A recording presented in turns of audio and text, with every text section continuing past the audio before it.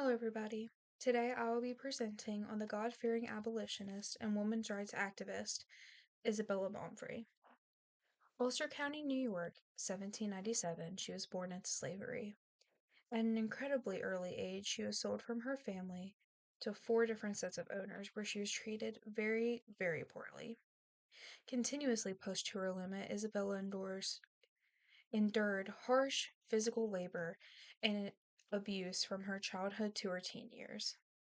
She primarily spoke Dutch for various reasons, that being the language of her first owners, and she was born in the Dutch speaking region of New York. But from being switched across multiple owners, she slowly began to learn the English language.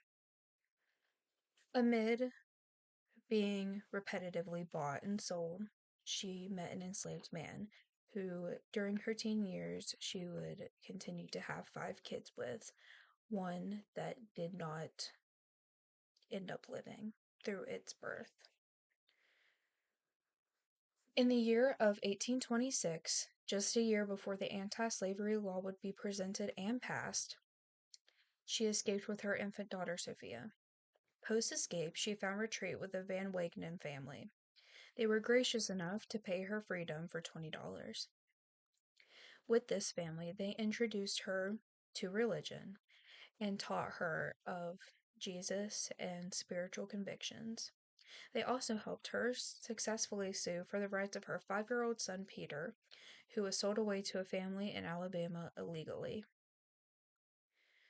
In the year of 1828, Sojourner moved to New York City. She began working for a local minister and was also participating in the religious revivals by the 1830s and became a very charismatic speaker for the Lord.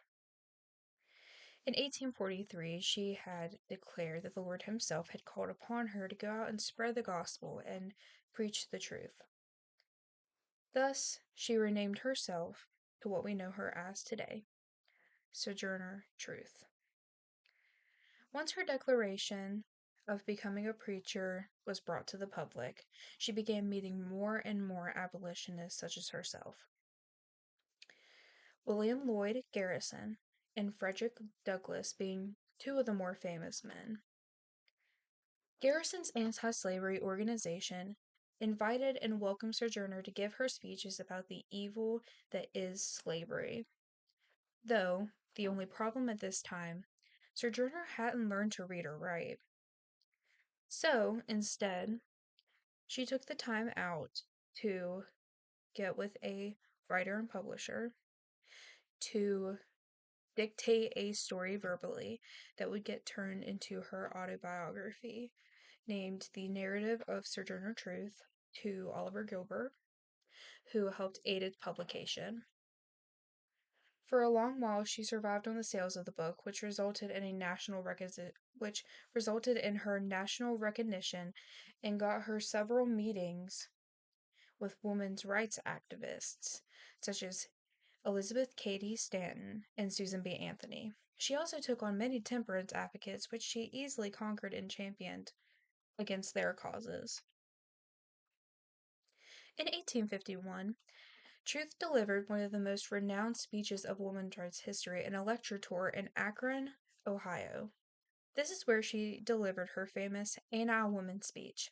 She challenged compelling notions of prevailing inferiority of her gender and race and the inequality served to her due to those factors. She reminded the listeners of the conference of the strength that she held within her. She was a very, very tall woman. She was, I think, 6 foot tall. So, a very tall lady. And she was female. So, she was naturally a very strong person and a female person, which at the time was not a very popular thing. But this led to a disagreement. This whole speech led to a disagreement between her and Frederick Douglass, who claimed that an enslaved man should receive his rights before a woman should. Yet Truth argued that they should both receive their rights simultaneously, as a combined union. Now, I believe that this part in her speech deserves to be highlighted. That man over there says that women need to be helped into carriages and lifted over ditches and to have the best place everywhere. Nobody ever helps me into carriage, into carriages, or over mud puddles, or gives me any best place. And ain't I a woman? Look at me. Look at my arm. I have plowed and planted and gathered into barns, and no man could head me. And ain't I a woman? I could work as hard and eat as much as a man when I could get it, and bear the lash as well. And ain't I a woman? I have borne 13 children and seen almost all sold off into slavery. And when I cried out with my mother's grief, none but Jesus heard me. Ain't I a woman? This showed her strength in many ways, her faith in the Lord, her strength as a mother, her strength as her mental strength as somebody who survived slavery and just as a woman. In the 1850s, Truth settled into Battle Creek, Michigan, where 3 of her daughters resided with her. During this time, she helped recruit the young to join the union that organized supplies for black soldiers in the war, and also helped slaves escape their captivity.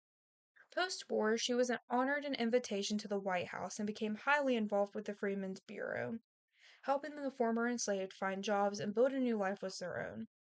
While in D.C., she lobbied against segregation, and in the mid 1860s, she was violently blocked by a streetcar conductor for requesting a ride.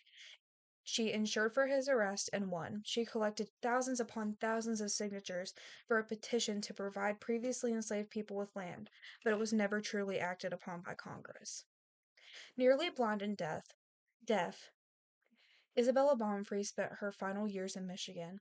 On November 26, 1883, at the age of 86, she passed away. Her last words was, "Be a follower of the Lord Jesus. Be a follower of the Lord Jesus." She had 5 children, though only 4 succeeded her. Diana, Peter, Elizabeth, and Sophia succeeded her in life, while she was preceded in death by the one child that she had lost during its birth. She was a very impactful figure in history, between the history of black rights and women's rights. Therefore, I felt that she needed the spotlight shined on her once again. Thank you.